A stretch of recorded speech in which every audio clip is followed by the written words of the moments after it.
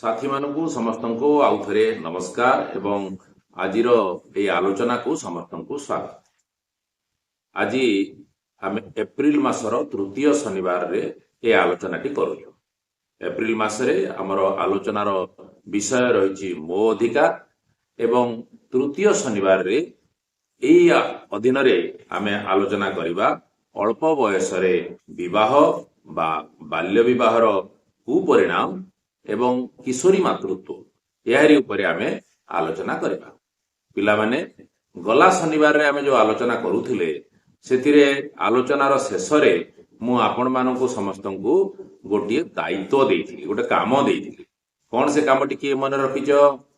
हां, आमे बाल्य विवाह निराकरण पई जो आईन रहिछि आउ नियमावली रहिछि से विषय रे पढ़िबा, ताकु बुझिबा एवं आमर जो बड़ माने अछंती तांको ठारू मध्य से विषय रे बुझिबा बोली आमे सब कथा हेतिले। मु आशा करूची आपण माने समस्ते ए संपर्क रे चर्चा आलोचना एही सप्ताह भितरे करिथिबे। एबे आमे सेही आलोचना टिकु आजिरो एही शनिवारिया बैठक रे किशोरी दिवस रे आमे आगो को बढ़ेइबा। एबे पिला माने कुह बाल्य विवाह काहाकू कुहा जाय?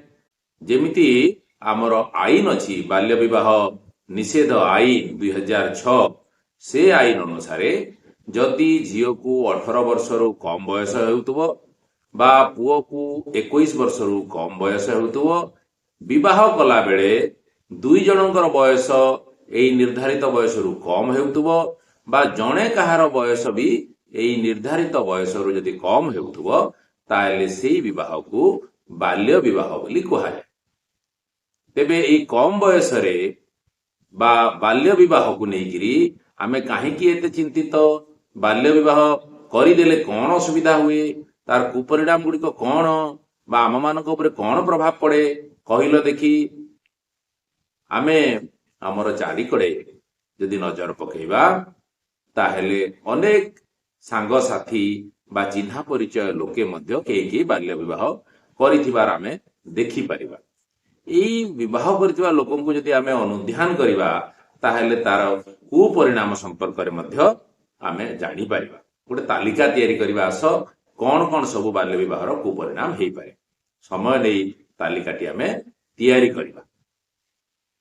कोन कोन ए तालिका रे आसीबो? प्रथम कथा हला जे कम बयस रे जेहेतु झियोटी विवाह करे, पुओटी भी कम बयस रे विवाह करे, ताहेले सेमानक भितरे बुझामणा हेबा, परिवार चलैबा, परिवार रो जो अलगा काम सब थाए, घरर अलगा सदस्यंकर जो आवश्यकता थाए से सब को पूरण करिबा बा जदि संतान संतति हुंती तार लालन पालन करिवार जो बोझ ए सब करिबा अनेक समय रे संभवपर हेई न थाए। तार जो खर्च तुलेबा अनेक समय रे संभवपर हेई न थाए। तेणु कोन हुए, एई विवाह करिथिबा जोड़ी हमर बालक हुअन्तु बा बालिका हुअन्तु सेई मानक उपरे हिंसा आउ शोषणर आशंका बढ़े। सेमानकर भितरे घरोई हिंसा हेबार संभावनाटी बढ़ी जाए। आउ कोन हुए, विवाह करि सारिला परे आउ विद्यालय जीवा संभवपर हुए नहीं। तेणु पाठटा छाड़ी हेई जाए। पाठ छाड़ी हेले जो आगामी दिन रे जो सुजोग मिली थांता, अधिक पाठ पढ़िले निज गोड़े निजे छिड़ा हेबार जो अवकाश मिली थांता, निज भितर जो स्वप्न अछि ताकू पूरण करिवा पई जो सुजोग तयारी करिवार आवश्यकता थाए सेई सब बंद हो जाए। एवं आमे देखुचु आमर आखपाखरे अनेक महिला अछंती जो माने पाठ पढ़िचंती बोली निजे रोजगारक्षम होइचंती आउ सेमाने सक्षम हो पारिचंती, योग्य हो पारिचंती, समाज रे गोटे भिन्न भाव रे परिगणित हेउचंती, निजे स्वाधीन भाव रे एवं सम्मानर सहित बंचुचंती। जदि आमर झियो माने बाल्य विवाह करंती, शिक्षारु वंचित हो जाती, ताहेले सेमानकर एई भली सब सुजोग रोजगार करिवार सुजोग एवं रोजगार न करि पारिले निजर गोटे स्वाधीन सत्ता निजे स्वाधीन भाव रे सम्मानित भाव रे समाज रे परिवार रे बंचिबार जो सुजोग टिकु से हरइबे। यह हरइबा द्वारा तांकर जो निष्पत्ति नेबार जो गोटे ସୁଯୋଗଟି ତା ଭିତରେ ଥାଏ ତାହା ମଧ୍ୟ ତାଙ୍କ ହାତରୁ ଚାଲିଯାଏ। ଆଉ ଗୋଟେ ବଡ଼ ଅସୁବିଧା ଏ ଭିତରେ ହୁଏ, ଯଦି କୌଣସି କାରଣରୁ ଆମର କିଶୋରୀଟିଏ କମ୍ ବୟସରେ ବିବାହ କରିଛନ୍ତି ଏବଂ ତାଙ୍କର ସାଥୀ ଯିଏ ତାଙ୍କ ସହିତ ବିବାହ କରିଥିଲେ ସିଏ ଯଦି ତାଙ୍କୁ ଛାଡ଼ପତ୍ର ଦେଇ ଦିଅନ୍ତି ବା କୌଣସି କାରଣରୁ ରୋଗଗ୍ରସ୍ତ ହୁଅନ୍ତି ଆଉ ରୋଜଗାର କରିପାରନ୍ତି ନାହିଁ ବା କୌଣସି କାରଣରୁ ତାଙ୍କର ଦେହାନ୍ତ ହେଇଯାଏ ବା ମୃତ୍ୟୁ ମୁଖରେ ପଡ଼ନ୍ତି, ତାହେଲେ ସେ କିଶୋରୀଟି ତ ଏକା ହେଇଯିବେ। ସେ ପାଠରୁ ବାହାରି ଯାଇଥିଲେ, ତାଙ୍କ ପାଇଁ କୌଣସି ରୋଜଗାରର ସୁଯୋଗ ନାହିଁ, ଏବେ ତାଙ୍କର ସାଥୀ ମଧ୍ୟ ତାଙ୍କୁ ଛାଡ଼ିକିରି ଚାଲିଗଲେ। ଏଇଭଳି ପରିସ୍ଥିତିରେ ସେ ବେଶୀ ଅସହାୟ ହେଇଯାଆନ୍ତି ଏବଂ ତାର ସୁଯୋଗ ନେଇ ତାଙ୍କୁ ଅନେକ ଲୋକ ନିୟନ୍ତ୍ରିତ କରିବା ପାଇଁ ଚେଷ୍ଟା କରନ୍ତି, ସେ ହିଂସାର ଶିକାର ହୁଅନ୍ତି। ଏ ଭିତରେ କମ୍ ବୟସରେ ଯେଉଁମାନେ ବାହା ହେଇଛନ୍ତି ତାକୁ ଦେଖିବେ ସେମାନେ ବିବାହର ବର୍ଷେ ଭିତରେ ଗର୍ଭବତୀ ହେଇଛନ୍ତି ବା ମାତୃତ୍ୱ ବି ପାଇଛନ୍ତି। ଯଦି କମ୍ ବୟସରେ ସେମାନେ ଗର୍ଭବତୀ ହୁଅନ୍ତି, ମାତୃତ୍ୱ ଲାଭ କରନ୍ତି, ତାହେଲେ ଉଭୟ ମା ଏବଂ ଶିଶୁର ସ୍ୱାସ୍ଥ୍ୟ ପ୍ରତି ପ୍ରତିକୂଳ ପ୍ରଭାବ ପଡ଼େ। ଓଜନ କମିଯାଏ, ରକ୍ତହୀନ ହେବାର ସମ୍ଭାବନା ଦେଖାଯାଏ, ତାଙ୍କ ଭିତରେ ପୋଷଣର କମ୍ ହୁଏ, ପୁଷ୍ଟି କମିଯାଏ। ଏହି ସବୁ କାରଣରୁ ବେଳେ ବେଳେ ଶିଶୁ କମ୍ ଓଜନର ହିଁ ଜନ୍ମ ହୁଏ ବା ରକ୍ତହୀନ ହେଇକି ଜନ୍ମ ହୁଏ ବା ବେଳେ ବେଳେ ଶିଶୁ ଏବଂ ମା ଉଭୟ ମରିଯିବାର ସମ୍ଭାବନା ମଧ୍ୟ ଦେଖାଯାଇଥାଏ। ଆମର ଯେଉଁ ମାତୃ ମୃତ୍ୟୁ ହାର ଅଛି ଏବଂ ଶିଶୁ ମୃତ୍ୟୁ ହାର ଅଛି, ଅଧିକାଂଶ ଏହି କାରଣ ଯୋଗୁଁ ଘଟିଥାଏ। ତେଣୁ କମ୍ ବୟସରେ ବିବାହ କରିବା ଏବଂ ମାତୃତ୍ୱ ଅର୍ଜନ କରିବା ଉଭୟ ମା ପାଇଁ ଆଉ ଶିଶୁ ପାଇଁ କ୍ଷତିକାରକ ହେଇଥାଏ।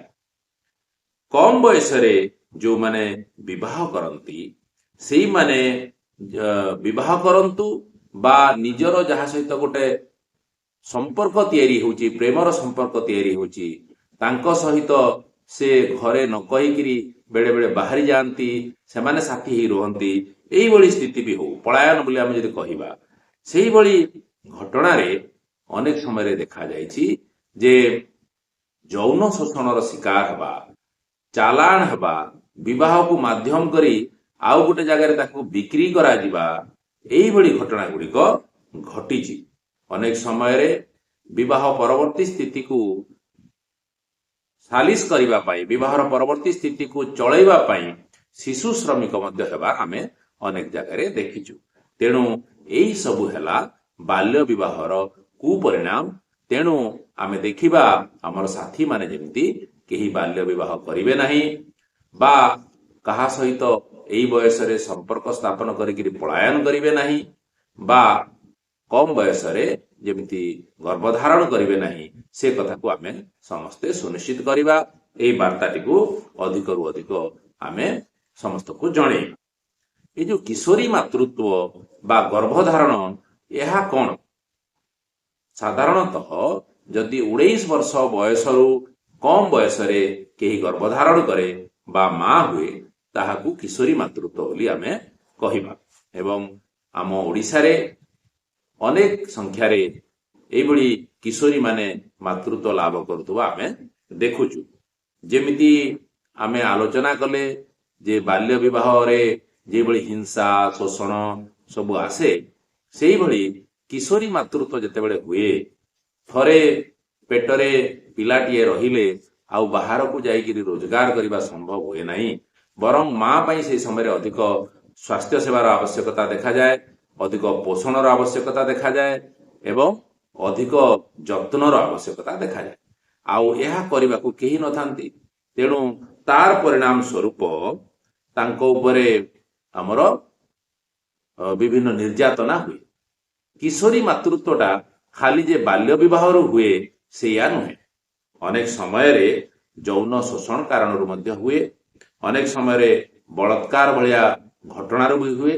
ଆଉ ଗୋଟେ ସବୁଠୁ ବଡ଼ କାରଣ ହେଉଛି ଯଦି ଅସୁରକ୍ଷିତ ଯୌନ ସମ୍ପର୍କ କରନ୍ତି ଆମର କିଶୋର କିଶୋରୀମାନେ, ତାହେଲେ ସେଥିରୁ ମଧ୍ୟ ଏଇ କିଶୋରୀ ମାତୃତ୍ୱ ହେବାର ସମ୍ଭାବନା ରହିଛି। ତେଣୁ ଆମେ ସତର୍କ ହେବା ଏବଂ ଏଇଭଳି କୌଣସି ହିଂସାଗତ କାର୍ଯ୍ୟକଳାପ ହଉ ବା ଅବାଞ୍ଛିତ କାର୍ଯ୍ୟକଳାପ ହଉ ସେହି ପ୍ରକ୍ରିୟାରୁ ଆମେ ମଧ୍ୟ କିପରି ନିଜକୁ ସୁରକ୍ଷିତ ରଖିପାରିବା ସେ ବିଷୟରେ ଆମେ ସମସ୍ତେ କଥା ହେବା। ଯେତେବେଳେ ମାତୃତ୍ୱ ଆସେ କମ୍ ବୟସରେ ସେହି ସମୟରେ ଆମ ଦେହରେ ଯେଉଁ ଆବଶ୍ୟକତା ଥାଏ, ଆମ ଦେହର ଯେଉଁ ପ୍ରସ୍ତୁତି ଥାଏ ମା ହେବା ପାଇଁ, ତାହା ପରିପକ୍ୱ ହେଇନଥାଏ। ଏହି କାରଣରୁ ଆମର କିଶୋରୀମାନେ ଅନେକ ସମସ୍ୟାର ସମ୍ମୁଖୀନ ହୁଅନ୍ତି। ଯେମିତି ଆମେ କଥା ହେଲେ ଯେ ସେମାନଙ୍କର ଏପରିକି ମୃତ୍ୟୁ ହେବାର ସମ୍ଭାବନା ମଧ୍ୟ ରହିଥାଏ, ରକ୍ତହୀନତା ହେବାର ସମ୍ଭାବନା ରହିଥାଏ। ପୁଷ୍ଟି ତାଙ୍କୁ ଅଧିକ ମାତ୍ରାରେ ଦରକାର ହୁଏ, ପୋଷଣ ଅଧିକ ମାତ୍ରାରେ ଦରକାର। ତେଣୁ ଏ ଦିଗ ପ୍ରତି ଆମେ ସତର୍କ ହେବା। ଏଠି ଗୋଟିଏ କଥା ଆମେ ସମସ୍ତେ ମନେ ରଖିବା ଏବଂ ଏ ଆଲୋଚନାକୁ ସାରିବା, ତାହା ହେଲା 18 ବର୍ଷ ବୟସରୁ କମ୍ ବୟସରେ ଯୌନ ସମ୍ପର୍କ ରଖିବା ଆମ ଦେଶର ଆଇନ ଅନୁସାରେ ଦଣ୍ଡନୀୟ ଅଟେ। ପକ୍ସୋ ବୋଲି ଗୋଟେ ଆଇନ ଅଛି ପିଲାମାନେ। ଏହି ଆଇନରେ 18 ବର୍ଷ ବୟସରୁ କମ୍ ବୟସର କୌଣସି ଝିଅ ବା ପୁଅ ସହିତ ଯଦି କେହି ଶାରୀରିକ ସମ୍ପର୍କ ରଖେ ବା କୌଣସି ପ୍ରକାର ଯୌନ ହିଂସା କରେ, ତାହେଲେ ତାଙ୍କୁ ଏହି ଆଇନ ଅଧୀନରେ ଦଣ୍ଡ ଦିଆଯିବାର ପ୍ରାବଧାନ ସବୁ ରହିଛି। ତେଣୁ ଏ ପ୍ରତି ଆମେ ସତର୍କ ହେବା, ସଚେତନ ହେବା ଆଉ ଆମର ଭବିଷ୍ୟତକୁ ସୁରକ୍ଷିତ କରିବା ପାଇଁ ସବୁ ପ୍ରକାର ପଦକ୍ଷେପ ନେବା। ଆଲୋଚନାକୁ ଏଇଠି ରଖିବା। ନମସ୍କାର।